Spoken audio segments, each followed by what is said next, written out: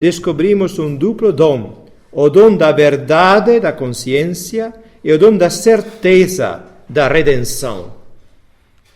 O dom que a minha consciência é juiz e recebo ao mesmo tempo o dom que, apesar dos meus pecados, por mais terríveis que eles podem ser, os pecados têm a saída da misericórdia de Deus, a salvação. O Espírito de verdade é o Consolador.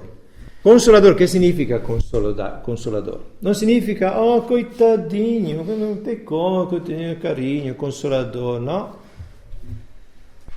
Consolador significa, a raiz da palavra consolar, significa tornar sólido, firme um lugar. Tornar sólido, firme um lugar. É uma pessoa. O Espírito Santo ilumina a nossa consciência e, no mesmo tempo, a torna firme para combater contra o mal. Isso é muito importante. Muito importante também, se nós vamos a pensar no sentido também pedagógico, não? Quando educar uma pessoa, uma criança, etc., que significa? Mostrar o bem, mostrar o que é o mal, consolidar no bem, tornar firme aquela pessoa no bem. Este é o Espírito Consolador. Não consolação porque, nossa, eu recebi o Espírito Santo. Oh, que doçura no meu coração. Como estou gostando a presença em mim do Espírito Santo, do amor de Deus. Claro, tem também esta manifestação, graças a Deus. Mas a primeira coisa, o dom do Espírito Santo, a prova que é verdadeiro dom, é quando uma pessoa se torna firme em combater para o bem e afastar-se do mal. Esta decisão firme, com o fruto que de fato se afasta do mal e faz o bem, é a prova que tem a presença do Espírito Santo. Quando o Espírito Santo se derramou sobre os apóstolos, como nós vemos o Espírito Santo nos apóstolos? Para a coragem que ele depois tinha para enfrentar todas as perseguições. Esta é a prova do Espírito Santo, outras coisas. Não porque eles falaram em línguas ou outras coisas, porque eles foram firmes na proclamação da palavra de Deus, em viver a própria entrega interior de coração para com Jesus. O que é este mistério do pecado? São Paulo fala que o pecado é mysterium iniquitatis, um mistério da iniquidade. Ou seja, o pecado nós podemos conhecer um pouco do pecado, muitos, mas até o fundo se pode conhecer só na outra vida. Os beatos os conhecem na luz de Deus e agradecem por toda a eternidade a Deus que foi tão misericordioso para com ele. Os danatos, os condenados ao inferno, conhecem o que é o pecado no inferno. Mas aqui nesta vida nós podemos um pouco conhecê-lo. Um pouco, mas podemos conhecê-lo com a graça de Deus e a luz da revelação. O pecado, fala assim o catecismo, é uma falta contra a razão, a verdade, a consciência reta. É uma falta ao amor verdadeiro para com Deus e para com o próximo, por causa de um apego perverso a certos bens. Questa bisogna esclarecer uma coisa. O homem, a criatura humana, é sempre inclinado para o bem. Mas o pecado é quando uno se inclina para um bem que não é conforme ao plano de Deus. O pecado é quando uno coloca um bem em cima de Deus, acima de Deus. É uma desordem o pecado.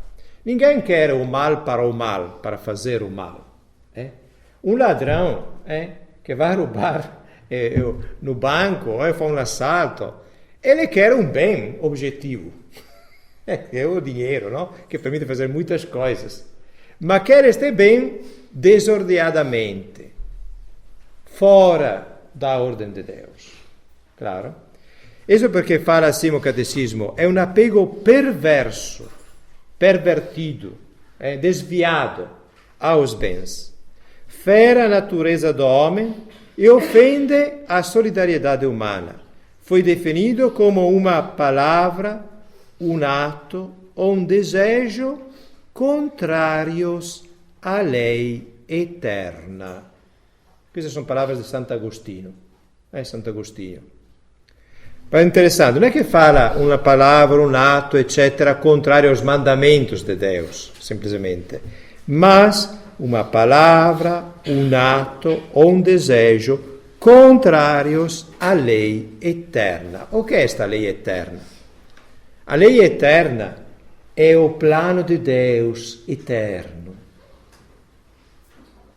em que entram todas as coisas e o destino de cada coisa que existe nesta realidade criada. Allora, na lei eterna entram as leis físicas, biológicas, os instintos dos animais, todas essas coisas. Entra, sobretudo, a história de cada um de nós. Os mandamentos de Deus indicam nossas leis principais. Mas a lei eterna significa que tem uma ordem que Deus conhece, a que nós devemos adequar a nossa vida, conformar a nossa vida. Vou fazer um exemplo muito prático, que é tirado para o Evangelho. Você lembra a história do jovem rico que foi de Jesus? Que tem que fazer para entrar no reino de Deus? Como Jesus responde? Respeitar os pais, etc. Você deve fazer isso. Eu estou fazendo isso desde a minha juventude. Falou assim. Era um bom jovem, de boa família, um bom jovem, piedoso. Jesus olhou para ele, fala o Evangelho, o amou, e falou assim: se você quer ser perfeito, vá, vende todas as coisas, depois segue-me. Mas o jovem se afastou, triste. Tinha muitas riquezas. Este jovem era um bom jovem, observava todos os 10 mandamentos. Não era um jovem mau, era bom. Mas ele não respondeu a Jesus. De fato, ele não respondeu àquela lei eterna, que para cada um de nós significa também a própria, particular vocação. É claro que no sentido da vocação religiosa, vocação sacerdotal, não é uma obrigação para todos os cristãos, é uma chamada particular. Mas quando um cristão é chamado a seguir Jesus e não responde de vontade, porque não quer renunciar a muitas coisas, não quer fazer o mal, mas não quer renunciar a muitas coisas, para ele singularmente, é um pecado. É contrário à lei eterna. Você me entendeu? Se fala, sono os conselhos evangélicos. Conselhos evangélicos significa pobreza, castidade e obediência, não?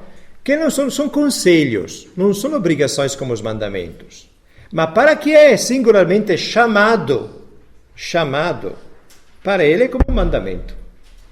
Se renuncia, não quer seguir, porque per preguiça, per outras coisas, não por coisas sérias, como pode ser, não posso seguir porque tem uma coisa, não sou, eu lembro uma experiência, não, de uma freira que eu conheci quando era adolescente, não? Era uma freira canossiana, na Itália. Ela me contou a história da sua vocação. Ela era a primeira, a mais velha de muitos irmãos. A mãe faleceu muito nova e ele tomou cuidado de todos os seus irmãos. Apesar que tinha a vocação, adiantou a resposta à sua vocação para tomar cuidado dos irmãos. Quando os irmãos se casaram, foram bem tudo certinho, ele entrou no convento.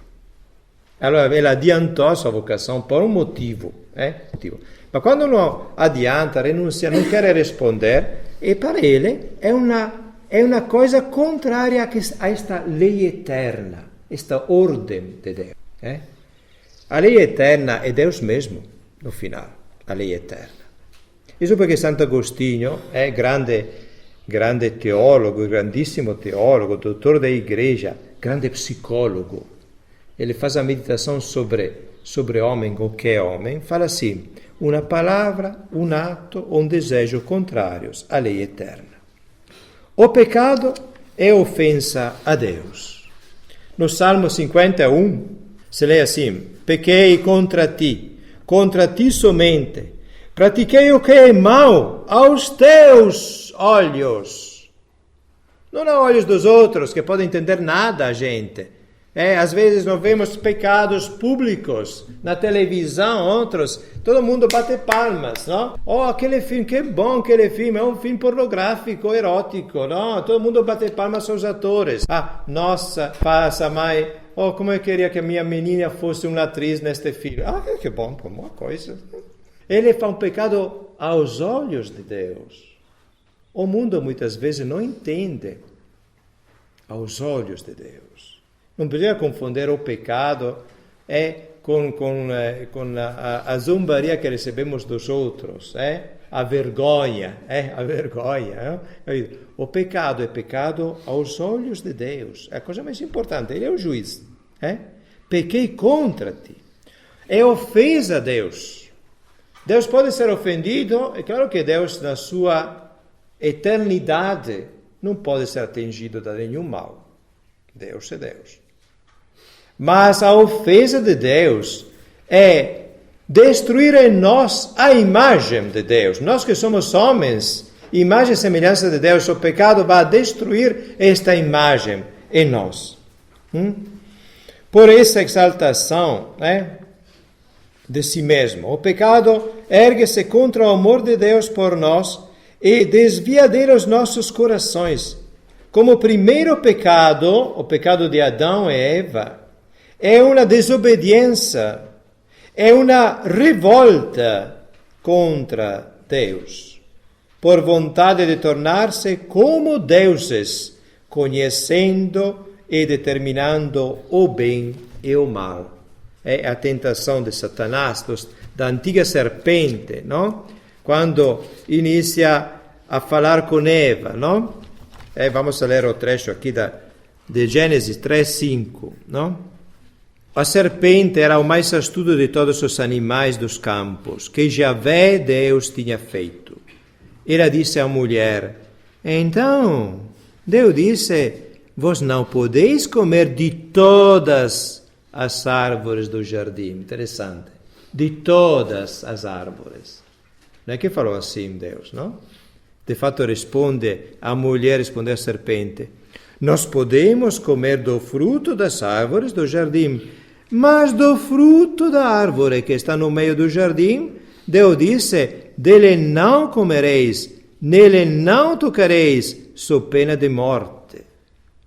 A serpente disse então à mulher: não morrereis, mas Deus sabe que no dia em que dele comerdes, vossos olhos se abrirão e vós sereis como deuses, versados no bem e no mal.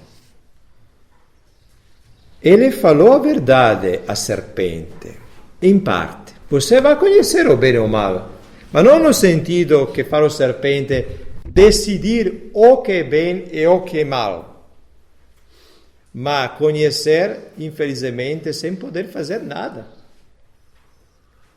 E assim Eva tomou o fruto e deu também a seu Adão, e comeram o fruto. Mais ou menos todas as tentações têm este jeito. Tentação da gula, tentação da luxúria, etc. Não te preocupes, não é nada. Por que você tem que renunciar a esta coisa? Todo mundo faz.